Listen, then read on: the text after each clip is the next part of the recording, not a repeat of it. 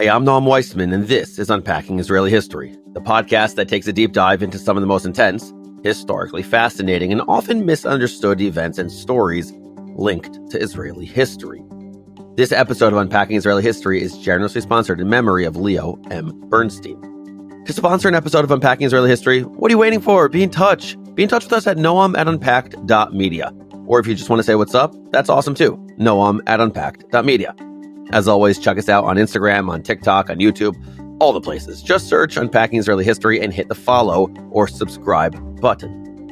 Okay, yalla. Let's do this. אנו מכריזים בזאת על הקמת מדינה יהודית בארץ ישראל. היא מדינת ישראל. We, the people of Israel, are prepared and anxious to meet the representatives of our neighbors without any preconditions. There are people in Israel and elsewhere say it's impossible to make peace between the Arabs and Israel or the Jewish people. I think they are wrong. This might be one of the most sweeping episodes that we have ever done on the show, and that is saying something. And I almost want to say that if you want to understand the core of the Arab-Israeli conflict, the Palestinian-Israeli conflict in one sitting, really understand it, this is the episode.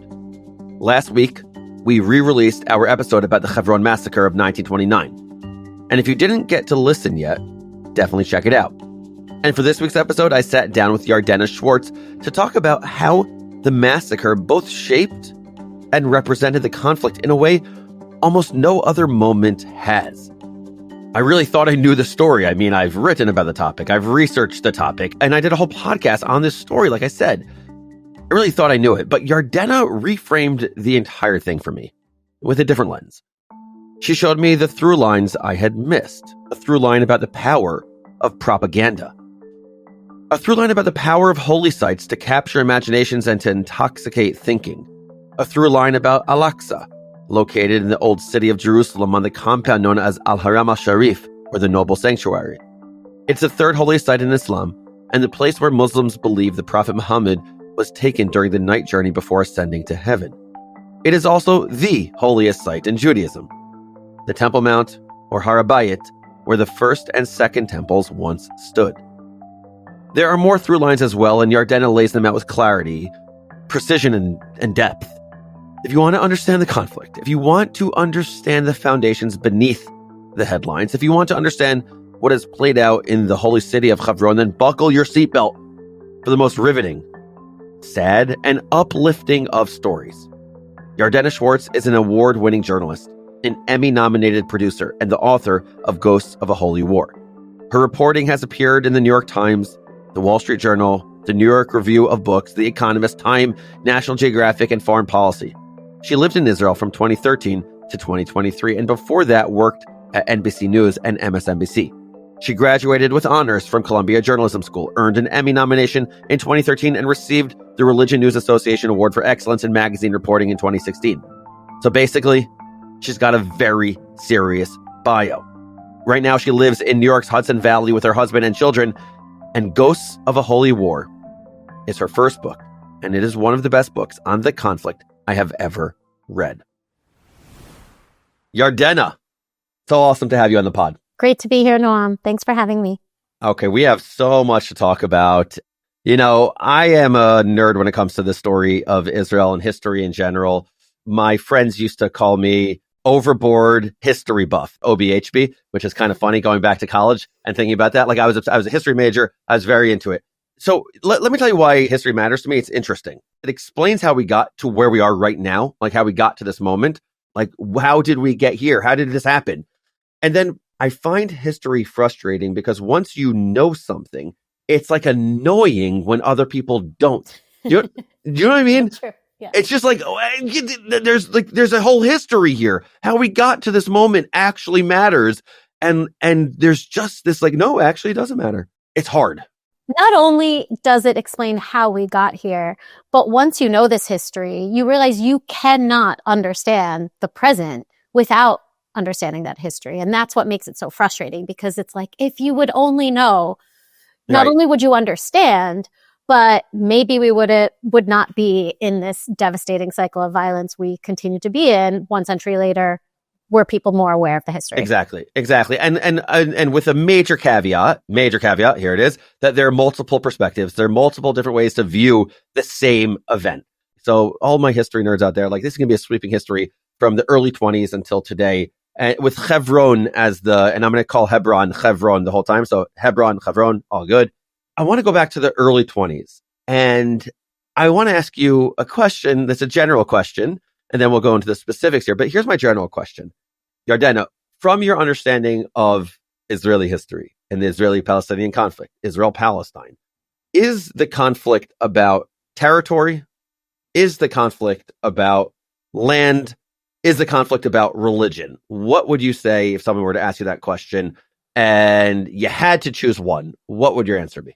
It's a really easy answer, actually. And the way that land and religion intertwine in this conflict, that's the only way really to understand why we're still at this juncture we're at. Because if it really was just about land, then in 1947, Arab leaders would have accepted the UN partition plan.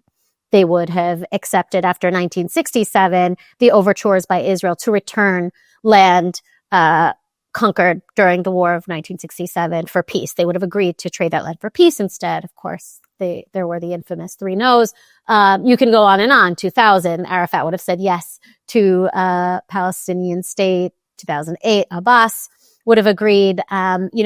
The role that religion plays has been widely ignored throughout history by so many international leaders who have tried to bring about peace in this region. And yet, if you ask the stakeholders, Palestinians and Israelis themselves, they will tell you that it can't be ignored. And it really can't be overstated, the role religion has played. And what about from a Jewish perspective? Is there not also a Jewish desire from a religious perspective? In Hebrew, there's terms called Yishuv Haaretz, Kivush Haaretz, settling the land, conquering the land, as religious precepts in Judaism. Is that not also part of it from the Jewish side of things, or do you view it differently? Well, of course, religion plays a role from the Jewish perspective as well. I mean, Zionism is an inherently Jewish premise. Zion, we have prayed for the redemption and the return to Zion for thousands of years. Jews have faced Jerusalem when we pray wherever we are for thousands of years.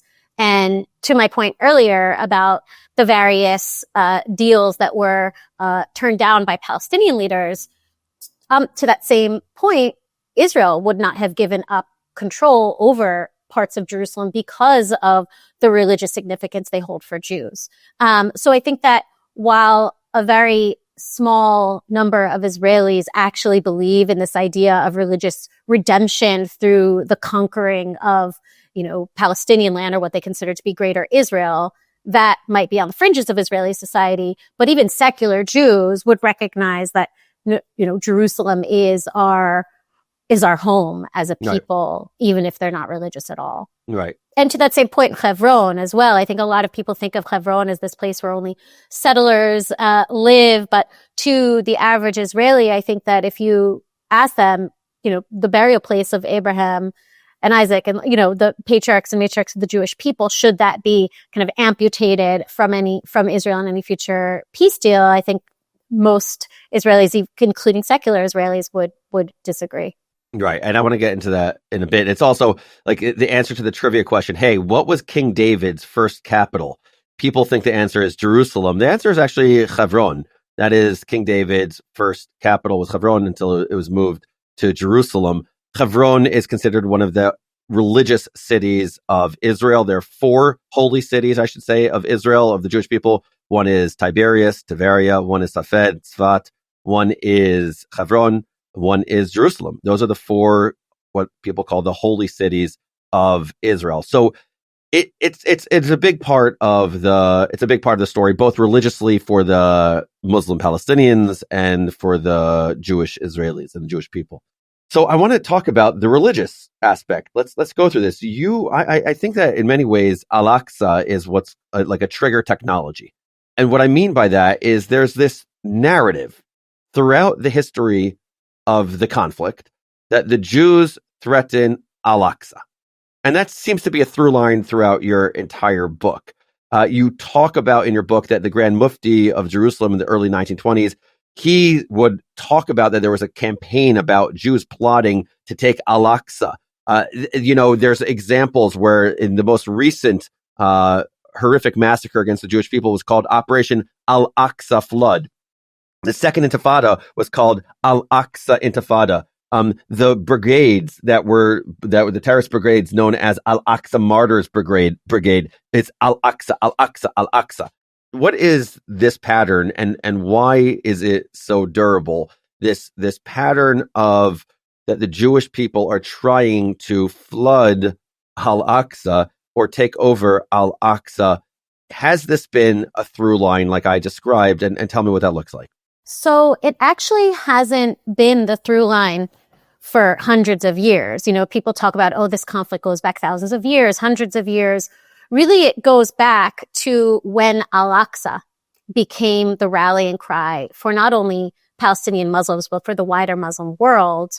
And that only began around 1928 when the Grand Mufti of Jerusalem, Hajj Amin al-Husseini, made it this kind of epicenter of focus against Jewish immigration, against Jewish land purchases, against any kind of Jewish sovereignty or power in what was then Palestine. So he began that rumor in 1928 as a result of actually an effort to dispel criticism from his own corruption. So he had been dogged for years by accusations of nepotism, misuse of religious funds, funneling religious funds for his own causes into building his homes, building a hotel, which he actually built atop an ancient Muslim cemetery.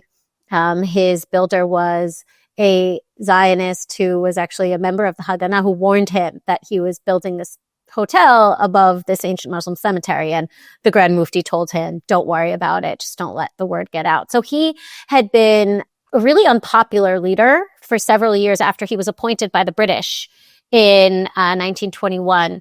And once he started this rumor in 1928 that the Jews of Palestine were plotting to destroy Al-Aqsa, that was the first time that this rumor had really taken hold. It not only spread like wildfire and became extremely galvanizing for the masses within Palestine and also throughout the Muslim world to oppose this supposed Jewish plot to destroy Al-Aqsa, but it also succeeded in distracting not only the people, the Muslims of Palestine, but also the Arabic press and Arab rivals from the Mufti's corruption. So after he began that rumor, suddenly there was a much more menacing threat to the Muslims of Palestine than their leader's corruption. Now they had this threat to their religion, this threat to their holiest site in Palestine. Al-Aqsa is the third holiest site in Islam after Mecca and Medina. And so he was not only the Grand Mufti, essentially the chief rabbi of Palestine, but also the head of the Supreme Muslim Council, which oversaw all Muslim holy sites and Muslim funds. And through that position, he was able to instruct imams throughout Palestine to speak about this plot, this threat from the Jews of Palestine during their weekly sermons. His family, the Husseini family, is one of the most powerful families in Palestine. They own several newspapers, so the press was also circulating these rumors. And over the course of the following year, he also worked to restrict Jewish access to the Western Wall, which he depicted as kind of the ground zero of this Jewish plot. So he convinced the Muslims of Palestine that Jews who were simply praying in peace at the Western Wall and demanding British protection to pray in peace at the Western Wall were really plotting to destroy Al-Aqsa. And he had some help in convincing the Muslims of Palestine that this was true. His help came from the Jewish community itself, which wasn't aware in the beginning of these rumors. And in fundraising pleas to the diaspora, they would send postcards that depicted the Holy Temple standing atop the Temple Mount. We know this from Judaica stores and, paintings in our grandparents' homes that depicted, the temple. And what we know as just nostalgia or, a symbol of the Jewish hope for the reestablishment of the temple period, when the Mashiach comes, the Mufti was able to convince his people that this was actually definitive proof that the Jews of Palestine were planning to conquer Al-Aqsa, to rebuild their holy temple. So I want to pull on that thread in a bit, but I want to go back to an earlier part. First of all, when did Hajj Amin al-Husseini die? He died in the early 70s, right? Yeah. Is that right? Yeah. Just like, I think of him as a man from so long ago, but the reality is he died like the last time the New York Knicks won a championship. Well, I guess that's not modern history. Sorry, New York Knicks fans. I didn't mean to take a shot at you, but he was alive in the early 70s. Yeah, I think it was 1974. And right. Cousin, so he might have worn bell-bottom jeans. It's possible, you're saying. There's a chance. Maybe beneath his robes. Right. Yasser Arafat was his cousin and his disciple, and he attended his funeral. Wow. Okay, so we'll get to that in a bit, but let's go back to the early 20s. There's a moment in Israeli history, or it wasn't yet Israel, but in the land of Israel, Palestine, what's called the Nabi Musa riots. It was after the Balfour Declaration, and it was after the Treaty of Versailles, I believe, and it was after the Battle of Tel Chai, in which there's just bubbling of tension going on. And the Nabi Musa riots killed 5 Jews, I believe, and 4 Arabs were killed also. And after these riots, Ze'ev Jabotinsky was imprisoned, and Hajj Amin al-Husseini was imprisoned. And he wasn't imprisoned. But what was he? There was an arrest warrant and the British didn't manage to arrest him before he managed to flee. So he and his uncle fled to Transjordan. They went into hiding with Bedouin tribes, but he was wanted for incitement. Wow. Because he is one of the Arab leaders who incited the riots. So he's like, I'm just imagining the history unfold here. What would happen if during the Nabi Musa riots afterwards, that I don't know if Jabotinsky was kept in prison and Hajj Amin al-Husseini never escaped, not comparing the two, but like that is such a interesting, counterfactual to history of what would it have looked like. And the crazy thing is that Herbert Samuel, who is Jewish, but a British military officer or political figure, Herbert Samuel, he's the one who ultimately appoints Hajj Amin al-Husseini to the leadership position when it could have been the Nashashibis, right? And he, I think in your book you mentioned he came in 4th place initially, right? He came last place. And Herbert Samuel appoints Hajj Amin al-Husseini. How did that happen?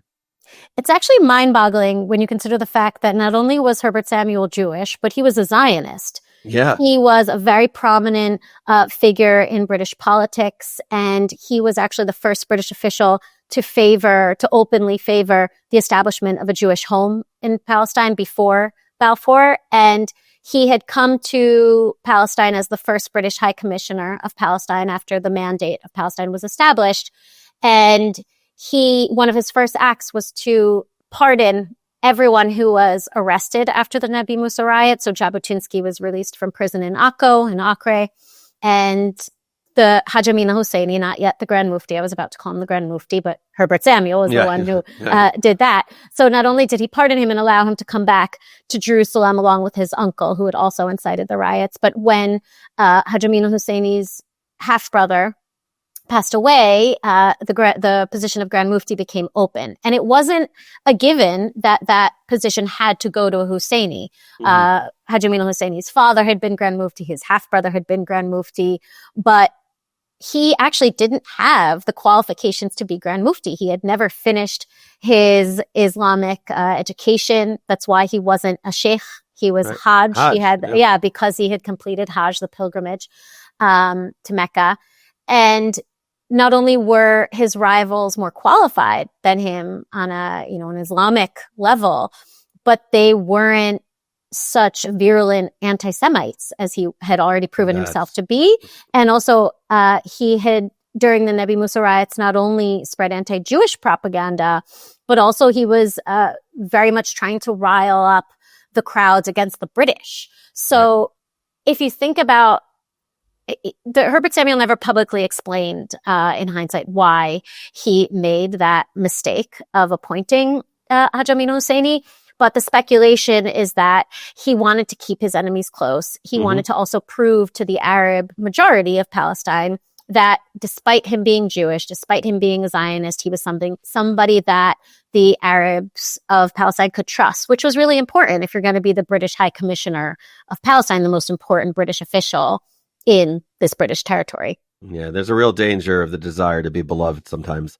There's a real danger there. And the British have a tendency to do that. Exactly. That's why they call the land of Israel not the promised land, but the much too promised land. Right. So you're right. It's like constantly being promised to different people by the Brits in the early 20th century. Okay, so let's go to 1929. You talk about the Hebron Massacre, and we just had an episode last week where we did a whole episode just on the Hebron Massacre. So everyone should check that out. But your focus of the book is the Hebron Massacre, and something that you've said, and I've seen, think many others, like the conflict starts, like if you want to understand the high point or the trigger of the conflict, if you could pick a moment, some people might say, in the middle of May 1948. Some people might say 1947. Some people might say the Peel Commission. Some people, the riots from 36 to 39. Some people might say the Balfour Declaration. Some people might say when Ishmael and Isaac got into it. But you're making the argument, and others do too, that the Hebron Massacre, 1929, in which 133 Jews were killed during this time period, I think 67 in Hebron itself, right? Is that the right number? Right. And then subsequently 116 Arabs being killed. That really, if you want to understand the conflict, you got to go back to this very moment. Make that argument. So this wasn't the first time that there had been an interruption of violence between Arabs and Jews in Palestine. We just spoke about the Nabi Musa riots. You mentioned the Balfour Declaration. So there are other points in history you could, point to before the Hebron Massacre and the riots that gripped all of Palestine in August 1929. It was just over a matter of a week or so that these riots took place. This was the first mass casualty event of this conflict. And it was also when the primary drivers of this conflict to this day, this is when they were born. So this weaponization of Al-Aqsa, this is when it began. This was also when the hope of coexistence, of peaceful coexistence between the Jews and Arabs of Palestine was really just evaporated in an instant, because Hebron was a symbol of coexistence. It was the symbol of coexistence in Palestine. It was the place where it was one of the only places where Jews felt safe, even in close quarters, living alongside Arabs. And it was also when Zionism became a rallying force among the Jews of Palestine, because before 1929, before these riots, many of the traditional Jews in Palestine, the Sephardim, Mizrahim, anyone who wasn't European secular, was very skeptical of the Zionist movement because it was a secular movement. It was led by secular Jews. It was in the eyes of many traditional Jews, this secular contamination of Judaism. It was this nationalist version of Judaism that they didn't agree with. They felt that, yes, we should all aspire to live in the land of Israel, and the land of Israel is our homeland. But they believed that the return of the Jewish masses from exile to the land of Israel should only be realized through the will of God and the arrival of the Mashiach.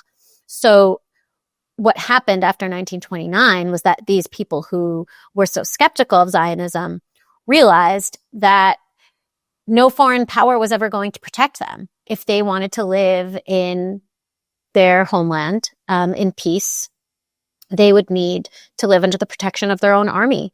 And so before 1929, Haganah, the underground Jewish defense force that would later form the nucleus of the IDF, before 1929, it was almost exclusively an Ashkenazi secular operation.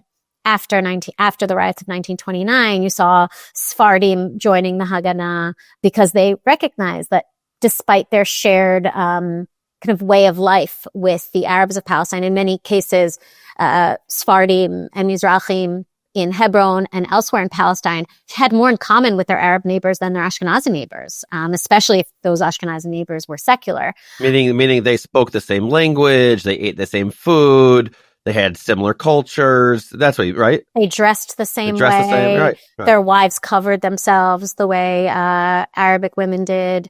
And so they realized after the riots in 1929, when they were also the victims of that violence, not just the Zionists, not just the secular Ashkenazi immigrants. It was also the native Arabic-speaking Jews of Palestine who were massacred not only in Hebron, but elsewhere. They realized that they needed to get on board with Zionism if they were going to have any kind of future. Not only that, the British had proved not only incapable of protecting the Jews of Palestine from the riots, but also unwilling to, in many cases, both before the riots erupted and during the riots. After, the British exhibited, something that we would recognize today. This just lack of any desire to confront Arab violence or incitement out of fear of provoking more Arab violence. And that lack of any kind of courage only encouraged more violence and more incitement. So, the patterns that history has shown us continue to play out because so few people are aware of this history. I started getting anxiety when reading your book a few times. One time was I kept on thinking and I'm not being glib here, I'm being quite serious, just again on this historical point. This is an example where anti-Zionism, to use a modern term that we view as a modern term, had violent implications in an anti-Semitic sort of way, that Zionism and anti-Zionism and anti-Semitism kind of blur into one another. But the other aspect where I started getting nervous reading your book and anxious, I was like where there were so many moments where 1929, Hebron needs protection. No, we're good. We don't need protection. We're good. No, you're going to need protection. No, we're good. The naivete, the ignorance, the Pollyanna-ish way of thinking about the world, this hope maybe that we'll be fine, was so wrong. It was so wrong, and it was devastatingly wrong. The descriptions that you have there, and whenever I study the history of Hebron 1929, of the castration, the wanton murder that took place, the neighbors who knew each other by name, killing the Jewish people in Hebron in 1929, and really the thinking about modern times, whenever Israel, maybe this is true for other countries, but whenever Jewish people are attacked and thinking that it would somehow end Zionism by hurting the Jews, what it did is it constantly throughout history is it makes the Jewish people more Zionist. I don't want to say more in the context of the revisionist Zionist, but after 1929, the Jabotinsky sort of Zionism that ballooned in a way. After 1975, when Zionism was declared racism, people became more Zionist. When October 7th happened, there was a groundswell of Jewish people saying, no, we are going to protect ourselves and we are not going anywhere. To not see that through line and the mistake to think that the Jewish people are not inherently connected to this land, not that there shouldn't be compromise, not that there shouldn't be different boundaries or borders. The mistake to think that you could engage violently and somehow end the Jewish Zionist story by severing the two is a catastrophic belief. Right.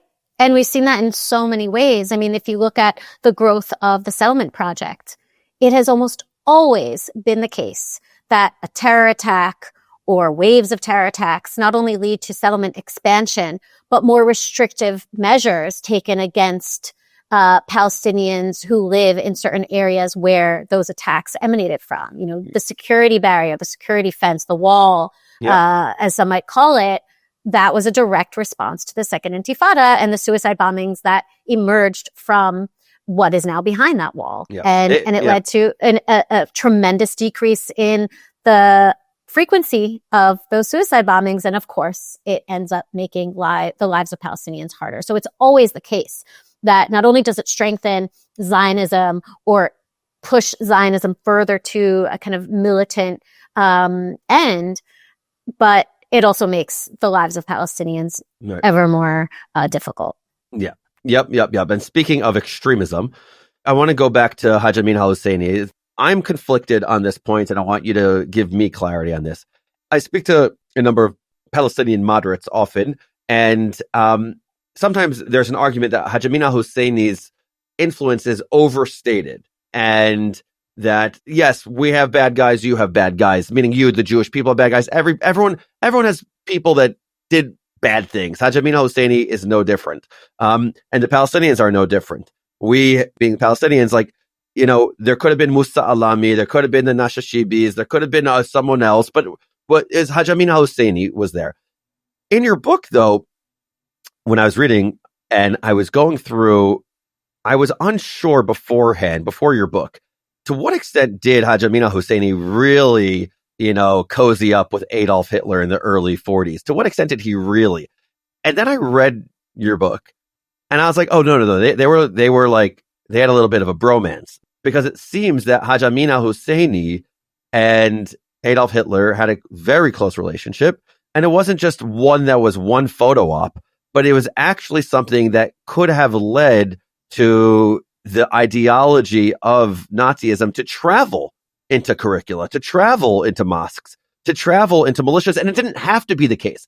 It's not, meaning you see Arabs throughout, this is so important to say, there are Arabs throughout the world that do not harbor these ideologies. There are many Saudis, UAE, beautiful relationship with Jews, Bahrain, other places throughout Arab society. But it seems like, certainly from the arguments that you made, that Hajj Amin al-Husseini's ideology was either influenced by Hitler or influenced Hitler. I don't know which one, but there was a symbiotic relationship between the two. It was almost too natural for them to have a relationship. Is that the case? Yeah, I mean, he already had that ideology before he fled arrest in Palestine, eventually ending up in Berlin in 1941, where he remained until 1945, living in a Nazi-financed mansion in Berlin. I mean, you mentioned that they cozied up. I think that's an understatement, and I think a lot of us are unaware of just how close his relationship was with not just Hitler, but some, architects of the final solution. He was a Nazi. I mean, Hajj Amin al-Husseini led the Arab branch of the Nazi Ministry of Propaganda. He, for years, was broadcasting Nazi propaganda throughout the Muslim world, in Arabic, of course. And many of those broadcasts weren't just straight up Nazi propaganda. They were Islamicized. So he would quote hadiths. He would refer to Muhammad in these broadcasts and frame the killing of Jews and the joining of Muslims to the Nazi cause as something that would give glory to Allah and to Islam. He recruited tens of thousands of Muslims to fight for the Nazis, Muslims from Bosnia and Herzegovina. He was actually placed, the first leader of the Palestinian people was placed on the UN's list of Nazi war criminals. He was wanted for Nazi war crimes, which makes the fact that he lived out in the open until his death in the 1970s all the more baffling. I mean, there were so many other Nazis who went into hiding after the war, fled Nazi war crimes, and then were caught. He was never caught. He lived in Cairo and then Beirut. And I think that his legacy and his impact on the Palestinian leadership since the Grand Mufti, which has really just been Arafat and Abbas, and of course Hamas, you can see his footprints, his fingerprints, in all of these leaders. Abbas, of course, has engaged in his own little form of Holocaust denial, which is actually really interesting if you think about how intimately involved the Grand Mufti was in the Holocaust.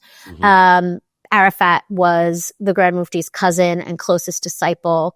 He joined the army of the Holy War that the Grand Mufti created in the immediate aftermath of the UN partition plan. His he really took over the throne of the Grand Mufti. The Grand Mufti chose him to take over from him when he became too old to continue to be the leader of the Palestinian people and the Palestinian cause. And I think it's interesting that when you ask people who was the first Palestinian leader, the first leader of the Palestinian cause, or the father of the Palestinian movement, people often point to Arafat, but it was actually the Grand Mufti. And I think perhaps the reason why people want to skip over the Grand Mufti is because of his unabashed alliance with the Nazi regime. And not only, he went even beyond the Nazi regime. He lobbied personally leaders of various European countries who were going to allow their Jewish refugees to flee Europe and to allow them to flee either to Palestine or to the US. And he lobbied them to bar Jews from leaving their countries. This was Greece, Turkey, Romania. He lobbied these leaders to force the Jews who were fleeing their countries to go to Poland, where he knew full well what was happening in Poland. He had toured the concentration camps. He told them, don't allow them to come to Palestine. We don't want them here. Send them to Poland. Wow. There's no way of knowing how many Jews were prevented from arriving in Palestine as a result of the Grand Mufti's efforts. But it was also the British who were, who had initiated these extremely restrictive quotas on Jewish immigration. We all know about the white paper that, led hundreds of thousands of Jews to remain trapped in Europe because they were prevented from arriving in British Mandate Palestine as a result of these quotas. What you're talking about is the late 30s. There was a British white paper that limited immigration to around 75,000 people over 5 years or something like that, which apparently Hajj Amin al-Husseini felt was too many still. Right. He wanted zero. Right. The white paper of 1939 was a direct result of British appeasement. It was, again, as we spoke about before, how the British reacted to the massacre of 1929. I mentioned how they failed to prevent it. They failed to quell the violence as it was happening. And also afterwards, they essentially blamed the victim by revising their immigration quotas and placing strict quotas on Jewish immigration and land purchases. That was immediately after the riots of 1929. After the Great Arab Revolt that began in 1936, that's when they began these even stricter quotas that really prevented hundreds of thousands of Jews from arriving in the land of Israel. During and after the Holocaust, tens of thousands of Jews who tried to reach Palestine were either sent back to Europe by the British or detained in British internment camps in Cyprus and in Palestine. So let's go to put aside Hajj Amin al-Husseini now. I want to put on a different hat. I want to just talk within and local to the Jewish people for a second. The city of Hebron, like I mentioned earlier, is sacred to the Jewish people, majorly sacred to the Jewish people. First of all, biblically and historically, but also from the story of 1929. Because the story of 1929 led many people to view this as a sacred place, because there's a term called Kiddush Hashem, sanctifying God's name. And the fact that these Jews who lived there were then killed there, and then there was a denial of the ability to live there. Was there a long time period in which Jews were not able to live in Hebron at all? Or were there always Jews there? How did that look? So prior to 1929, the Jewish presence in Hebron had existed for thousands of years, going back to the days of Abraham, even through periods of exile. There had always been a Jewish presence, even a small one, very small one. But after 1929, after the riots, the British evacuated every single Jew from Hebron. So let's go back a bit. Before 1929, or in 29, on the eve of the Hebron Massacre, there were about 800 Jews living in Hebron amidst about 20,000 Muslims. A few days after the riots, once they had subsided, the British allowed the Jews who had been held in the British police station in Hebron in the immediate aftermath of the riots. They evacuated them, took them by buses to Jerusalem, told them never to return because they were incapable of protecting them. And so for about a year, there was not a single Jew living in Hebron. But about a year later, a group of mostly Sephardi, very impoverished, mostly rabbis, started to return. So about a year later, there were about 100 Jews living in Hebron again. They mostly relied on Chalukah, on donations from the Jewish community. They mostly had very good relations with their Arab neighbors. These were the same people who had lived there prior to 1929.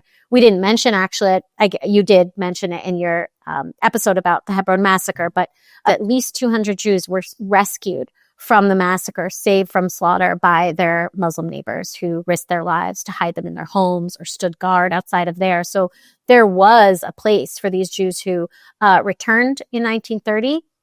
But once again, in 1936, when the riots began, the British once again evacuated the Jewish community of Hebron. And until 1947, there was just one Jewish man living in Hebron. His name was Yaakov Ezra. He had a dairy business with his Arab friend. And the day that the UN voted to partition Palestine into an independent Jewish state and an independent Arab state was the day that his Arab friends told him, "You're not going to be safe in Hebron anymore. You should go." And so he moved to his family's home in Jerusalem because the rest of his family actually lived in Jerusalem. He didn't feel that it was safe enough for his wife and children to live in Hebron, so he would stay in Hebron during the week, working, and then he would go home for Shabbat every Friday. And now he just moved to Jerusalem. And so from 1947, once Yaakov Ezra left, until 1967, when Israel conquered the West Bank, including Hebron, from the Jordanians who had been occupying it since 1948. Not a single Jew was living in Hebron. If they entered, it was, because they had somehow managed to secretly go there. We don't know of any Jews who managed to go into Hebron between those years. But I should say that the Tomb of the Patriarchs, which is the reason why so many Jews have wanted to live in Hebron for thousands of years, because it's the burial place of the patriarchs and matriarchs of the Jewish people. It was actually off limits to Jews until 1967. So the Jews who were living in Hebron in 1929, and for actually 700 years prior to that, they were forbidden from entering, because after the Islamic conquest of Palestine, the Tomb of the Patriarchs became Ibrahimi Mosque, Ibrahim being the Arabic name for Abraham, who's considered a prophet in Islam. So for 700 years under Muslim rule, Jews were forbidden from entering the Tomb of the Patriarchs. And in 1967, when Israel liberated the Tomb of the Patriarchs, suddenly Jews were not only able to return to Hebron, but were able to step foot inside this holy site, the second holiest site in Judaism for the first time in nearly a millennium. And that's the symbolism of the seventh step, right? Yes. So the seventh step was the closest Jews were permitted to get by the Muslim authorities in Hebron. If a Jew dared to go beyond the seventh step, he would be beaten. Even Jews who prayed outside of the Tomb of the Patriarchs, as they were permitted to do, were often spat on. Sometimes kids would throw rocks at their heads from above, from inside the mosque. And the seventh step was actually blown up by the Israeli military after the War of 1967 as kind of, an effort to erase this sign of humiliation. So I wanted to lay that for everyone to understand, for me to understand, for everyone to understand. Hebron is a major part of the Jewish people, right? Historically, biblically, religiously. Also a major part of the Jewish people because of the horrendous massacre that took place in 1929. And then also part of the Jewish story and Jewish memory, because from 48 to 67, the Jewish people were not allowed to be there. And then 67 happens, and Israel triples, quadruples in size. And it's still, there are not many Jewish people, as far as I understand, going to Hebron. It's not big yet. And I want to talk now a little bit about the history from 67 till the present in Hebron, because the story changes a bit now. There's a little bit of the narrative switches in how we think about things. I remember my bedroom growing up. I do not have this in my bedroom anymore, but I had a poster behind me that said Hebron me'az u'letamid. Hebron, how do you translate that? From then and forever. Always. For then and forever. Right? I had that in my bedroom, and I don't think I knew anything about politics or anything like that. I just knew that, I don't know, what I was taught in Judaism always was Hebron. You learn the story of the Hebrew Bible. It's part of the Jewish story, but it has a deep, deep, deep, deep political ring to it now. But not until 1979, there was a crazy moment that took place where the women of Beit Hadassah do something. Tell me about this story of the women of Beit Hadassah in 1979. What did they do to catalyze the Jewish return to the city of Hebron. And there was a whole attack in 1980 that took place as well that gets back to the theme about, well, there was a terror attack that happened there that led to the government formalizing the presence of the Jewish people there. Tell that story a little bit. Yeah. So from 1967, almost immediately after 1967, there were efforts by leaders of the settlement movement like Rabbi Moshe Levinger and also descendants of this ancient Jewish community in Hebron that had been extinguished in 1929. They were asking the government to allow them to rebuild the ancient Jewish quarter, to bring Jewish life back to Hebron. And the government, various Israeli governments were, adamant that was never going to happen. Finally, around 1971, I think the government approved the establishment of Kiryat Arba as kind of, a fig leaf to this movement to say, okay, we won't let you live in Hebron, but you can build a settlement just on the outskirts of Hebron. And that was supposed to suffice. It did not. And after the signing of the peace treaty with Egypt, where Israel for the first time agreed to sever a piece of land in exchange for peace, while the vast majority of Israelis welcomed that peace agreement, as one of the most amazing achievements Israel had up until that point, the settlement movement was aghast, especially the fact that it was a right-wing prime minister who had agreed to it. And they felt, Menachem Begin. Yes. Sorry. Menachem Begin, the first right-wing prime minister of Israel. And someone they thought was a friend of the settlement movement. They believed that they needed to take bold steps to prevent any kind of agreement that would see Israel, God forbid, in their minds, give up Hebron and give Hebron back to the Jordanians, for example. So they devised this plan wherein about 36 women and children.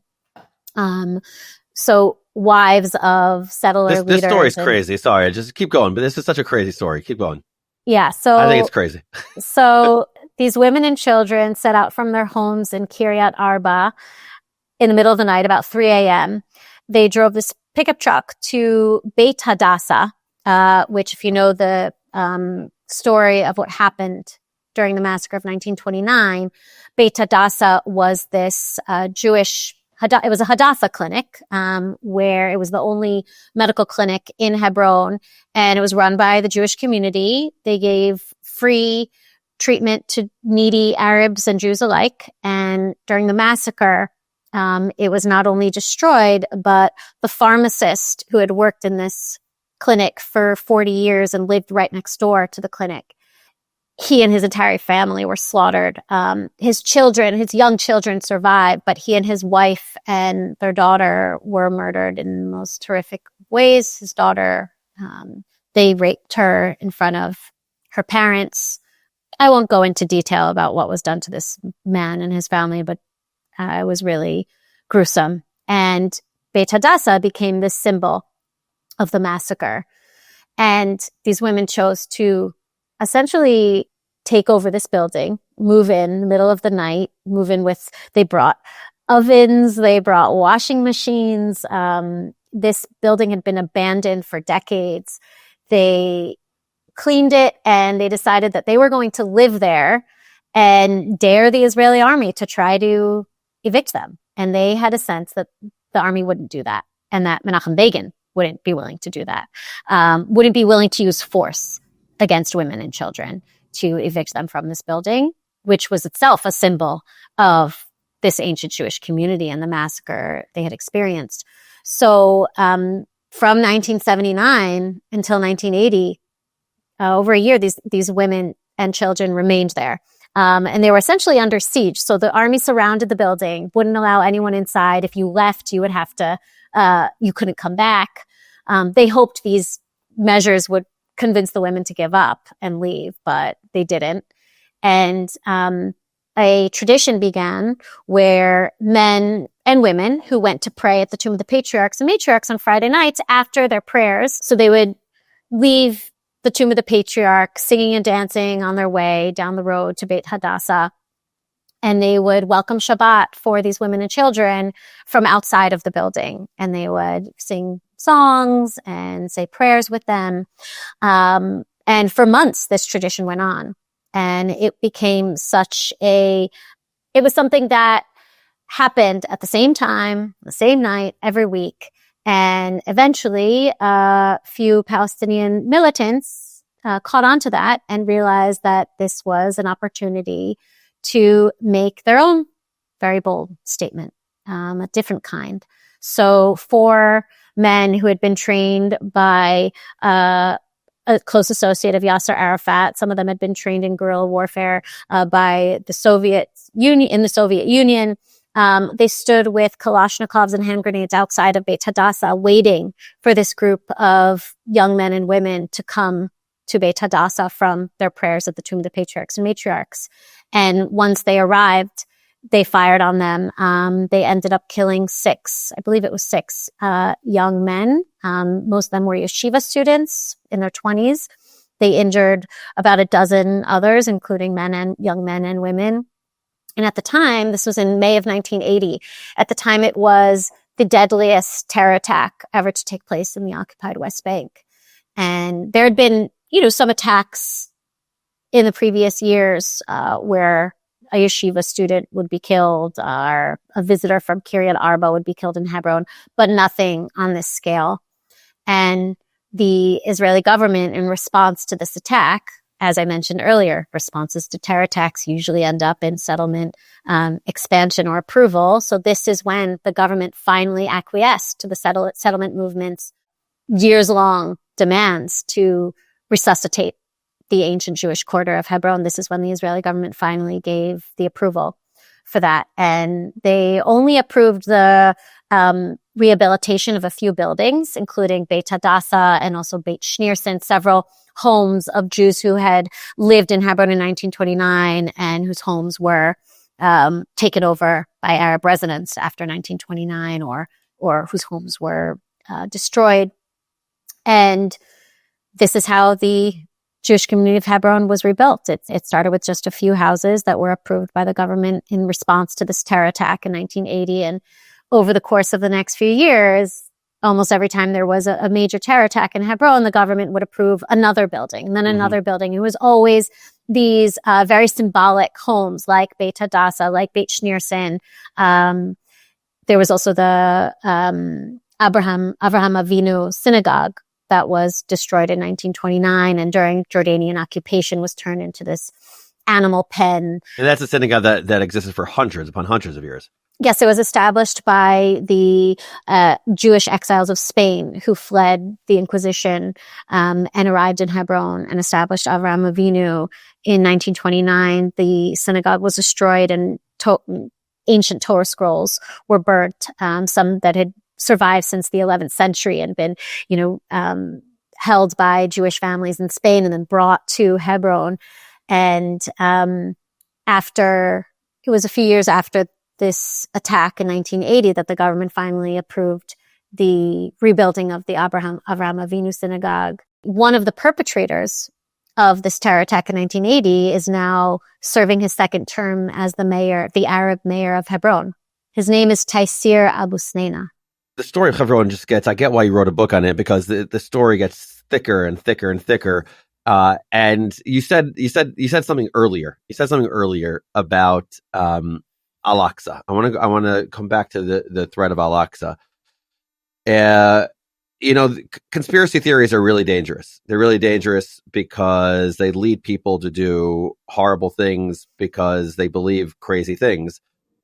The danger of a conspiracy theory that has a little bit of truth to it is even more dangerous than a conspiracy theory that has no truth to it in some ways, because then people pull on that very small moment and they say, see, it's true. So let me talk about a moment in 1984, because what I really liked about your book is you don't do the one-sided thing. You share the problems on both sides. You're not hagiographic about the Jewish people. You show moments from the Jewish people that's not to be celebrated. One of those moments is a story in 1984 of the Jewish underground. And I want to quote directly from the book. You say, a rogue cell of the Jewish underground was plotting to blow up the Dome of the Rock. In the days after that shocking discovery, police arrested dozens more suspected members. Many were residents of Kiryat Arba and Hebron. I want to talk a little bit about that. When you talked about Hajj Amin al-Husseini earlier, saying that Al-Aqsa and the desire to return to Al-Aqsa, the power propaganda to get the Arab world to be antagonistic towards Zionism, this was a huge way to do it, to say that they're trying to, make Al-Aqsa, make the Dome of the Rock, make the Temple Mount, whatever, make it the Jewish people's one day. Well, let me ask you this. One is, 1984, that seems to be what this group tried to do. And number two is, well, I don't know, even the Neturei Karta, the most extreme Jewish group possible, they also believe ultimately that there will be a third temple right there, Har HaBayit, the whole concept of the Temple Mount, that it will be the Jewish people's one day. So this conspiracy theory that the Jewish people are always ultimately want Al-Aqsa, historically, yes, it's a very fringe opinion, but in 1984, this paranoia seems to have been a little bit justified. Is that wrong? No, that's right. I mean, the thing is, this plot was carried out by a rogue cell of an already extremely fringe movement. So Gush Emunim, the Bloc of the Faithful, the kind of core of the early settlement movement, the men who initiated and then sought to execute this plan, they themselves were fringe elements of the Bloc of the Faithful, of Gush Emunim. And their plan was secret to most members of Gush Emunim.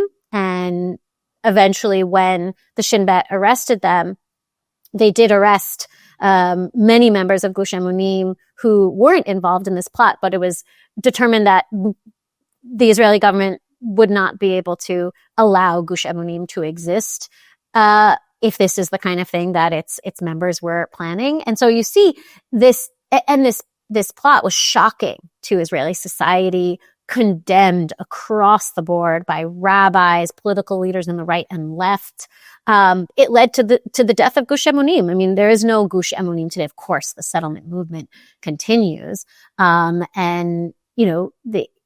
are not just in Neturei Karta, but in the religious Zionist community, those who wish to see the rise of the third temple on the Temple Mount, which is where the temples once stood. Al-Aqsa was built atop the ruins of the ancient Jewish temples. But again, their wish, kind of going back to what I spoke about earlier with the traditional Jews of Palestine prior to 1929, most people who aspire to see a third temple on the Temple Mount don't think that it's something that men are going to do themselves and literally, destroy Al-Aqsa and rebuild the temple. It's this idea of, redemption. And once the Mashiach comes, when, this is kind of a spiritual notion, not something that is nationalistic. But of course, there are, to this day, nationalist, extremist elements of Israeli society might be planning, their own plot to destroy Al-Aqsa. I would not be surprised, because these elements continue to be perhaps even stronger in Israeli society than they were in 1984. In 1984, you didn't have far-right ministers in the government who follow or were followers of Kahana, as we have today. Now, Meir Kahana, who we actually did an episode about him. I think they had maybe one seat at this point, but Meir Kahana himself, until he was outlawed from the government. I don't know if it was which year he was there, which year he wasn't there, but there was one point in time which he was there, but then his party got banned. Right. But then 10 years after this, Yardena, another major Jewish terrorist attack takes place when Baruch Goldstein kills, 29 Palestinians who were praying in a mosque. In the Hall of Isaac, inside the Tomb of the Patriarchs, a place that was holy to Baruch Goldstein himself. And he managed to carry out his attack because he was a reservist medic. And so he was wearing his uniform, he was armed, and soldiers who were stationed outside of the Tomb of the Patriarchs figured he was just going in to just make sure everything was, okay. It was during Ramadan, and hundreds of Muslim men and boys were during Ramadan, and the 29 people who he killed included teenage boys, and dozens more were injured. And the status quo in the Tomb of the Patriarchs today, in which there's a Muslim entrance and a Jewish entrance, and the Tomb of the Patriarchs is split between the half that Muslims can pray and the half that Jews can pray in. That was a direct result of Baruch Goldstein's attack. Before his attack in 1994, Jews and Muslims would pray side by side inside of the Tomb of the Patriarchs.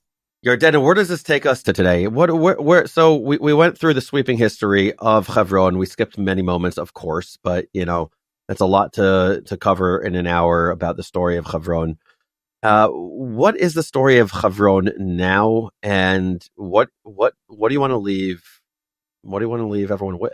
So I'd like to take us back to the threat of Al-Aqsa, because it has taken us to this day, and sadly will probably continue to be a very central force in this conflict. We saw that on October 7th with Hamas naming its attack the Al-Aqsa Flood.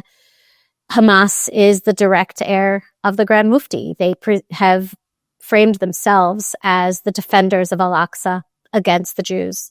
And it's really telling that so many Palestinians believe this lie, that the Jews are planning to destroy Al-Aqsa. Polls have shown that a majority of Palestinians believe that Israel is planning to destroy Al-Aqsa and will destroy Al-Aqsa. Where it takes us today in Hebron is Hebron continues to be one of the most volatile epicenters, if not the epicenter, of the conflict. So much of the violence we see between Israelis and Palestinians in the West Bank is centered in and around Hebron. And we spoke about how many Muslims live there, how many Palestinians live there, how many Jews live there right now. So the Palestinian population of Hebron is somewhere between 250,000 to 300,000. There are about 800 Jews living in Hebron, or around the same number as 1929. Lived in 1929. Yeah. So, and it is a very tense place because it is the only city in the West Bank where Jews and Palestinians live side by side. And when I say side by side, I don't mean, in the kind of peace and harmony sort of side by side, anything but. It often feels like one giant military base because there are checkpoints on every street, soldiers stationed on every corner. Hebron itself is divided into H1 and H2. So the Palestinian Authority controls 80% of Hebron. That's where the vast majority of Hebron's Palestinian population lives. Israel controls 20%.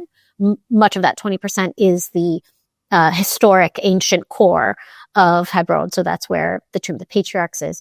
And so the 800 Jews living in Hebron live on the Israeli-controlled side, but about H2, and about 35,000 Palestinians live there as well.